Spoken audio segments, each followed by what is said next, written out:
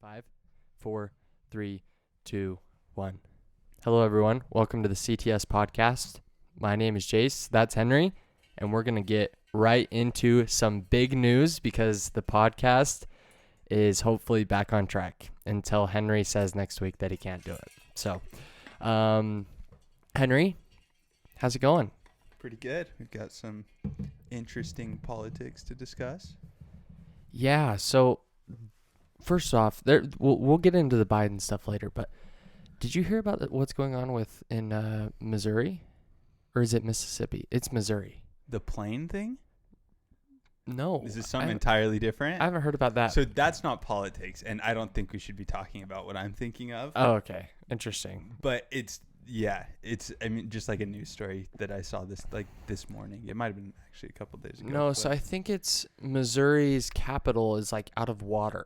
Like completely out of water. I did see that. And they're telling all of their residents not to drink from it. It's Mississippi, because I think it's Jackson, Mississippi, right? That's what it is. Yeah. Yep. It's Mississippi, and they're telling all the residents, like, do not drink the water. And it's going to be, they haven't given a time frame for when it's going to be fixed. And they're saying you can bathe in it. Just make sure your mouth is closed. Is bad. So have you ever done that, like in a different country, where you're like, you shouldn't drink the water? Well, in Mexico, everyone says you shouldn't drink the water, but I feel like I still did drink the water in Mexico. I've been to places where it's like, right, like you can't brush your teeth with the water. Like you should use bottled water to brush your teeth, because even that much water is going to get you sick. And it's like obviously this is coming up from a position of just like extreme privilege in that like we have easy running water. But it's like, it's weird to have to think about, because it's something that when you're like just kind of at home, you never really think about, oh, I can flip on the tap and get water. I can do whatever. So when all of a sudden you're, oh, I can't drink the water, like the water's not safe. That's kind of a freaky thing. Well, yeah, and it's not just, I mean, this isn't the first time that that's happened. You think of Flint, Michigan, where they didn't have really safe drinking water for a long time. I mean, there were videos of, I don't know if they were real, but there were videos online of the water in Flint, Michigan coming out, and you just hold a light to it, and it freaking lights on fire. I bet that's not real. That feels like not real. But no, I know what you're talking about. That one though, it seemed like they knew what was wrong with it. It was kind of a known problem, and they just hadn't fixed it. This thing in like Jackson, Mississippi, they don't really know. I mean, they know what's causing it, but just don't know really any solutions to it or anything, right? Well, and now they're begging the feds to come in and give a bunch of money in an emergency declaration. And Mississippi not too long ago rejected billions and billions of dollars in federal funding for expansion of Medicaid. So it's just, and I get it's two different issues. Granted, yeah, that feels a little petty. But it seems that if I'm a governor and the feds are coming in and saying, hey, free money, you want it? I'd be like, yeah, I want free money for my state. It's like, I kind of don't understand the reasoning behind, this pompous state governors saying, we don't want federal money. Like, for example, in Atlanta, there's this big news. There's this giant hospital in the heart of Atlanta that's closing, and it's like a staple of the community. And it's closing because they're losing so much money.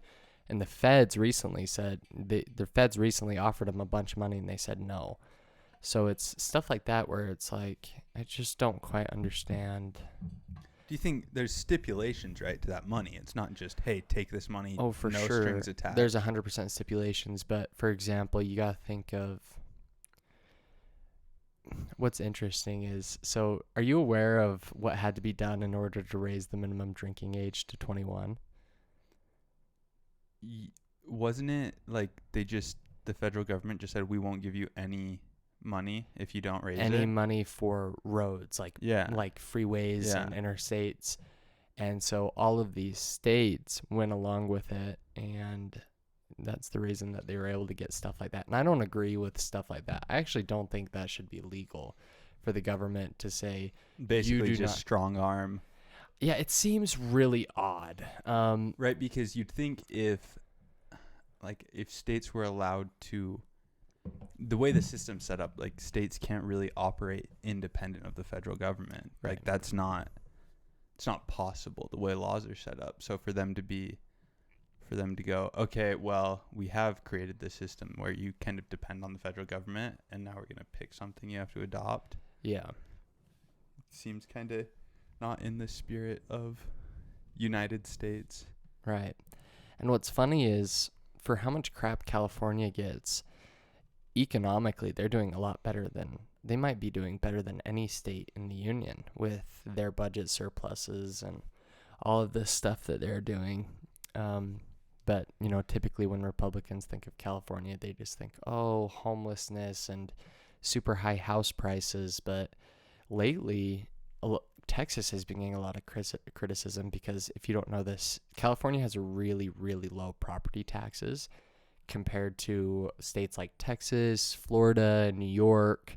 Their property taxes are very low. So they've, you know, people have been pointing out that, like, hey, I moved to Texas thinking I would get lower tax burdens, but a lot of these people don't realize that in California, if you've been living there, I mean, your state property taxes are crazy low. Like, I know someone whose mom and dad was a firefighter and a teacher, and they lived in California for like they had been there since like the 70s. Granted, right? but as soon as somebody buys, It readjusts. readjusts, and then it's miles above any property tax in like Texas. Well, I still think that the property tax for buying a new home in Texas is similar to buying a new home in California. But with that being said, California, for example, it's really interesting. Like, it's like a catch-22 though, because I mean, home prices in California really are insane. Yeah. Like, and in Texas, you could buy a crazy nice home for $300,000, Depending on where you're at. Yeah. I mean, even compared to here, I mean, like, I guess it really depends, because there's some places in Utah, like you move out to Huntsville or something, you could build a home. Really, I really guess nice it's home just for, not. It's in like kind of main population centers in Utah. And it's probably like that in Texas too, right? Like if you want to build right in Austin, it's probably pretty expensive, but if you get further out, it's definitely more affordable. Whereas I feel like California, for the most part, you don't hear about a lot of like, oh, well, if you move here, like houses are very cheap. maybe like Northern California. Yeah. Or Central. I mean, even Central. I don't know that much about California, to be honest. But even places like Santa Barbara, which doesn't have a large population, has insane home prices. Oh, still. yeah. Regardless, moving on, the Biden administration's getting a lot of flack for this speech that Biden gave. And for those that haven't seen it, Biden gave this speech, and I think Republicans blew it way out of proportion, but it was a little bit odd because he's standing in front of... It's just bad when like a lot of our like quick social media is in like portrait mode. Yeah. For you to frame it's yourself the optics. in the middle of like a red stripe of light. Like, yeah, the so Capitol, he's it's the Capitol, right? I think so. He's standing in front of the Capitol, and there's these red beams of light behind Just him. bathed And he's in wearing red light. dark, and it's at night. And, you know, he's getting up there and he's talking. For Biden, it was a seemingly coherent speech, but he essentially just called out, you know, MAGA Republicans and saying that, you know, they're divisive and whatnot, which to me, if I was president, I think the last thing I would be focused on right now is the opposition. I would be like, in power. How can I take, you know, the two houses of government that the Dems control, We're in control, and get policy matters done, Yeah. you know, advocate for those Yep. policy issues. But apparently wasn't the goal with the speech, Yeah. which, to be fair, Trump did it. I mean, so many times, yeah. But I'm just saying, if I was president, I certainly would have done that a little bit differently. You would have framed yourself in a different color. Have Oh, your yeah. glowing. Make sure you should have put on like glasses with like glowing red eyes and stuff. It just like, it doesn't look great. And there's like a moment where he's like up like this, and it just looks like, it almost looks like the Emperor in like a scene out of the emperor giving a speech. Yeah. Yeah. Which is like obviously kind of a ridiculous comparison, but it was funny. And just when so much stuff just gets clipped up that it feels like you'd think about that stuff maybe a little bit more. Cause it's not like, cause there were different colors, right? Like there were 3 different colors behind. I don't know. I didn't watch the whole thing. So I think when you look at it, like it's got red, white, and blue. But why would you put like red behind him? It's red, white, and blue. Yeah. Like I mean, it's kind of an impossible situation. You're probably getting, no matter what color you choose behind him, you're probably gonna get Yeah, if he flack did for it. blue, he was like, "Oh well, he only cares about the Democrats and blah blah blah." I don't know. It's definitely The red's just a weird choice, is all. the red's a weird choice. Yeah. Doesn't look awesome. In other news, Sarah Palin lost the congressional race. I didn't that know she was like still involved in politics. Dude, it seems like every few years she kind of crawls out of her hole in the ground. And here's she's my like thing. hibernating. My thing with Sarah Palin is we were both pretty young when she was like very present in. She was running for McCain's VP, which means we were 8 years old. So I honestly think that my view of Sarah Palin is like Tina Fey on SNL. Like that's when someone says Sarah Palin, They look very similar. That's the mental image I get. They look very similar. And so it's just every time, like you said, her name pops up every few years. I'm like, how is she? Wait, she wasn't John McCain's VP. She was Romney's VP. No, right? Romney's VP was Paul Ryan. That's who it was. She was McCain's VP. Yeah. Geez, that ticket's crazy. Paul Ryan and Mitt Romney. Paul Ryan's not like involved in politics anymore. No, he was Speaker of the House, and then he just kind of dipped. I'm out. Which Good is for cool. Him. Yeah, good for him. I mean, and he's a young dude. Like, yeah. Good for him. No, that is interesting. I'm trying to think of who Tina Fey's congressional competitor. I can't remember her name. And I deliberately used Tina Fey that time. Regardless, Alaska implemented ranked choice voting, and they're pointing to that being a big reason that Sarah Palin lost that election. And then I've seen a lot of people advocate for ranked choice voting, like to get rid of some of the more extreme candidates, which I don't know. I don't really know how I feel about ranked choice voting. I don't really know if I have a very good opinion one way or the other. Because it's weird, because it's like, what if there's only one candidate? So I guess, can you just write in one? Right. Like just rank one and then not rank anything else?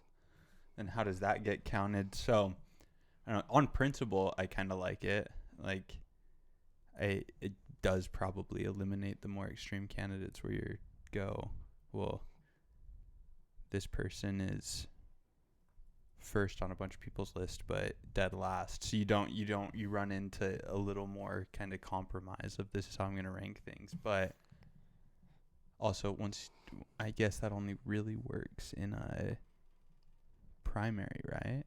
Yeah, because a general election, it's just head to head. So I want to get your take on this. So you remember, maybe it was last podcast, the podcast before, we were talking about Nancy Pelosi and how she sold all of these shares of NVIDIA at a loss because she had been caught. Well, I have news for you. This last week, NVIDIA, the U.S. government announced that it was going to tell NVIDIA to cease all chip sales to China and those Asian countries, and NVIDIA's stock dropped by 26%. So she got out. She was out. That's absurd. So this was like... How crazy is that she got caught insider trading, but like for the wrong thing. Right. Like people misplaced it, and then she sold because that's been in the works for a while. That's not something you just like come up with today. For them to go, okay. Yeah, and everyone thought that like, oh, she was caught. And it was like, no, She was getting out. She was getting out. She was just doing it a little bit earlier. Yeah. Which, granted, a little bit of speculation on our part, but very much it looks like she was just getting out. Yeah. Yeah, that's a weird one. We've talked about it a lot, how crazy that system that senators and representatives are basically allowed to insider trade, and there's no I don't even know, like, no consequences is the wrong word, because for there to be, like, no consequences implied there should be, or, like, based on kind of the system there should be, but the system says they can do it. They're allowed to. So, yeah, that's crazy. That's a weird one. Because it'd be so easy. I mean, we've talked about it. How easy? You're all the time you're meeting with, other lawmakers, deciding policy, like, because they do it all the time with, like, tariffs and stuff. They're about to put a tariff on something that is going to tank a company, and you see, oh, they made all these stock decisions that benefits from that. Yeah, it's weird stuff. So the judge released the affidavit for the search of Mar-a-Lago. I think we talked about that, but there was also a photo released of the documents, and all these classified top secret documents, the photo that they took, they were just like sprawled across the ground. But Trump came out and said, well, they just put them there and then took a picture. Yeah. And the FBI, the DOJ essentially said, no, this is how we found them. But it's weird because I don't know if you've seen the photo. I have seen the photo. It's clearly a photo of, and like, hey, we're documenting evidence. Yeah.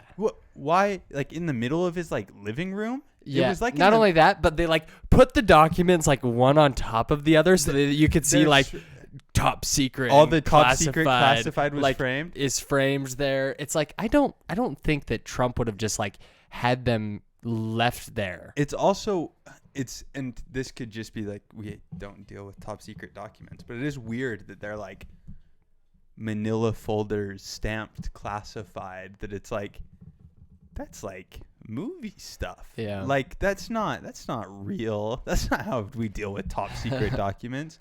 It was funny. And then did you see that other thing that some FBI agent or whatever was like, yeah, we just found a bunch of empty folders that said classified on them, so we don't know what was going on in there.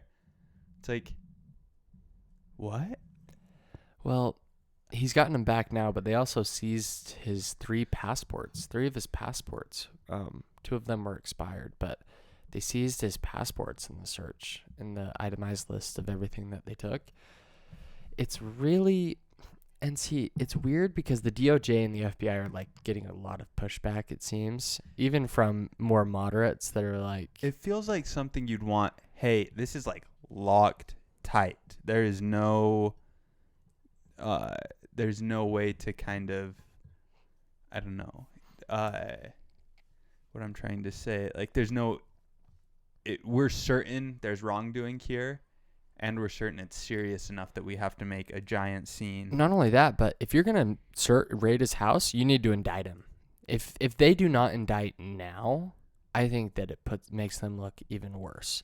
Because a lot of people think you will be indicted. A lot of people think you won't be convicted, because it's just too difficult. This is, like, such a weird, because some lawyers I've seen are saying, like, well, it's actually like a constitutional issue. The president does have the right to declassify documents as he sees fit. Yeah. He can declassify them for himself and no one else, and he doesn't need to make anyone aware of it, which is one of the arguments that they're making. And then another argument that they're making is, there's principles within the DOJ, like they did it for Hillary Clinton, for example, who pretty obviously, I think, broke the law, or at least unknowingly broke the law. And the FBI refused to indict Hillary Clinton. James Comey gave that famous speech where he said, we're not going to indict Hillary Clinton, but there was wrongdoing, and we're not going to step over that line. And it's like, well, if you're going to do it for Trump and you're not going to do it for Hillary, it makes the DOJ and the FBI seem very politicized, which is, I mean, it's completely fair. I mean, Trump's defense team is going to be able to point to all of these instances where the DOJ and the FBI have picked on Trump and his campaign for the past 5 years. I mean, the Mueller investigation that turned up absolutely nothing. They indicted a bunch of people around Trump for like lying to the FBI or these other weird, irrelevant charges, but they said it was collusion. There was no collusion. They proved that there was no collusion between the Trump campaign and Russia, and no one was charged with collusion or anything like that. So the Trump defense team is going to say, look, here's all the ways that they've been picking on us, and I don't see how a jury convicts. Well, and everything is, yeah, the Mueller investigation is such a weird one because it's like all the charges that came out of it were in response to, hey, there was this kind of not like wild goose chase looking for this collusion, and there was obstruction of justice in that, but then even once that was resolved, well, and we lying found no to the collusion. FBI Yeah. and lying to the FBI, but like there's still no collusion found. It's just It's a weird one. it's really weird.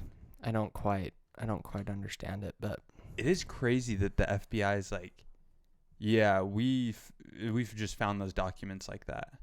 no, you didn't. There's no way. There's no way in this giant resort where Trump has hundreds of people walking around probably every room in the place, cleaning, sweeping. I'm sure he has hundreds of butlers and maids. There's no way. And it's just inconvenient. It's like, He's making a classified document collage on well, his and rug. it's just inconvenient. Like I need to walk past this part of the room, but were you just gonna step on the classified documents and that it's- just happen to be sprawled across the floor of the room? And it's like just the classified documents. Like it. You're gonna tell me? So he gathered all the classified documents up and then went, "Oh, I'm gonna lay them all out here and also frame them perfectly so that." Yeah, that's a weird one, and that also, it's a weird one to lie about because no one, if you just said, "Yeah, we were taking an evidence photo," like I mean that's pretty standard. Seems Yeah. pretty standard procedure. It's the fact that they said they found him like that. I don't believe that for a second. And you just kind of destroy your credibility because it's not believable. So even if somehow it was true, it's not believable at all. No. And there's also, it's kind of like there's no way to prove it, and it doesn't matter either way. It's irrelevant to the case. Because if he's not allowed to have those classified documents, it doesn't matter where they are or how he has them. Like really doesn't matter that much. And from everything else I had heard before is that he had them in like safes at Mar-a-Lago, and they just like They had to break into the safe, Henry, because he wasn't there to open it. No, they were on the ground, laid out perfectly, Yeah. framed. They had their lights set up. It is weird for them to lie about that. I don't get that. That's really odd. Because what I mean, and I guess I don't know the law well enough to say whether I mean, it kind of makes sense that there might be a difference between whether he had them locked up in a safe or whether they were just out. But even if they were just out on his desk and you said, yeah, they were on his desk, that's That makes different. more That's sense, yeah, I'm like, okay, I can see that. Like he just has them in a pile on his desk. It's irresponsible, but like Trump hasn't proven himself to be super responsible. But for you to say, yeah, they were laying on the ground, laid out like this, we found them like this, doesn't like kind of I can't fathom that being the case. Yeah. Frankly. In other news, we'll probably end on this, but Democrats seem to be getting a lot of juice from the student loan forgiveness, which I don't believe that we've talked about yet. Yeah. Student loans up to $10,000 if you make under $125,000 a year, and up to $20,000 if you make under $125,000 a year and you received Pell Grants. So I've got like $6,000, and I only took the loan. I got paid through pretty much college for free, but I took the loans because it was like free money that I get interest free. Well, And now it's gonna be forgiven. I mean, maybe $6,000 is gonna be. I've heard it's not gonna get forgiven. That Why? it's gonna, like, Congress is gonna throw a fit about it. The president Well, they're can't, gonna sue. So I heard that they're gonna sue, and then the courts are gonna have to decide if the president has the power to forgive student loan debt, because because that's a I mean, that's a lot of money. a lot of people think that so I shouldn't say a lot of people. A lot of people think that the president can do it, but there's some people, including Nancy Pelosi, that say she famously said in a press briefing that the president didn't have the power to unilaterally cancel student loan debt. But a lot of people have been pointing to some random law about it that was given to the Department of Education years ago and saying that, yeah, he does have the power Because to. how are they canceling it? Are they paying 10,000? Because where does it go? Because all goes in some like ledger, some budget sheet somewhere. So is he just writing it off? Like, are they just writing it off from there, or are they paying the people that made the loans? Well, I think the government themselves actually makes the loan. I think the Department of Education, well, I don't know, because for example, when I got a loan, it was like done through like Ed Financial or something, and I think they're the loan servicer. So, But I don't know if they're actually if they're the loan company. yeah, it's just a weird one where it's like, what precedent does that set? That the president can just go, well, I'm going to spend like billions of dollars unilaterally with a single thing. I mean, I can't imagine Congress is super happy, because that's one of Congress's main jobs, right? Is the budget, is spending money. It all has to go through the House Right. and the Senate. So I can't imagine if you're any person, regardless of party, you're super stoked that all of a sudden, okay, this sets the precedent. That, because what happens when DeSantis wins in 2024, or whoever wins, and they go, okay, we're like, I don't see, it doesn't make sense to me that, because then if you're spending money there, well, what's to say the president can't just go, well, I want to spend an extra $200 billion on defense? Yeah, it's interesting. One other thing that I want to mention. I think we talked about this off the podcast, but I don't think we ever talked about it on the podcast. Uh-huh. So do you remember those many months ago when Greg Abbott said that he was going to start shipping buses to New York and DC? It's like thousands now. He is shipping immigrants to New York and to DC. I mean, he's literally busing them to New York and DC. And what was funny is we kind of just figured, that was probably like it was just an empty threat. Short, yeah. But he is quite literally busing them. I think we talked about it like a little bit, like right when it started. I think we talked about it the week it started, but I didn't think it was going to keep going. I thought it was going to be like, well, they'll send a few buses. The mayor or of DC, I think Mayor Bowser actually is her name. She asked the National Guard to step in to help deal with the influx of immigrants. And it kind of just goes to show, like, these super left-leaning states or cities they're very quick to say, yeah, come here and, we'll do this and we'll do this. And I think a lot of them fail to realize just how much pressure it puts on border cities and border towns. Well, how many, like, there's not a ton of, like, left-leaning states that border Mexico, right? No, I mean, you've got like California, New Mexico, Texas. But even New Mexico's like kind of contested, right? Oh, you're saying that borders, like directly borders. Yeah. Arizona. Yeah, and think that Texas gets the brunt of it, right? Yeah, because Texas shares the longest border with Mexico. So it's he's doing it. I mean, because I haven't heard of any kind of immigration things in California. Do they have I might just not be educated enough on it, but I haven't heard of the just massive influx of immigrants into. No, when you hear about immigrants in like these, what do they call them, where they stored a bunch of kids? Like the detainment centers. It usually is Texas, I feel like, that you hear. Because I don't even know. Does California borders Mexico? But I think it's like a sliver of California borders Mexico, right? I don't think the whole bottom. Yeah, and I think it's that weird like Baja Peninsula that's like is a decent part of it, but we don't have a map anywhere around here. I was looking for it, but yeah. Let's just ask him. R2D2. He just projects. No, but yeah, it's an interesting one. So I don't know. Okay, want to wrap it up there? Yep. This is the CTS podcast, everyone. Episode 62.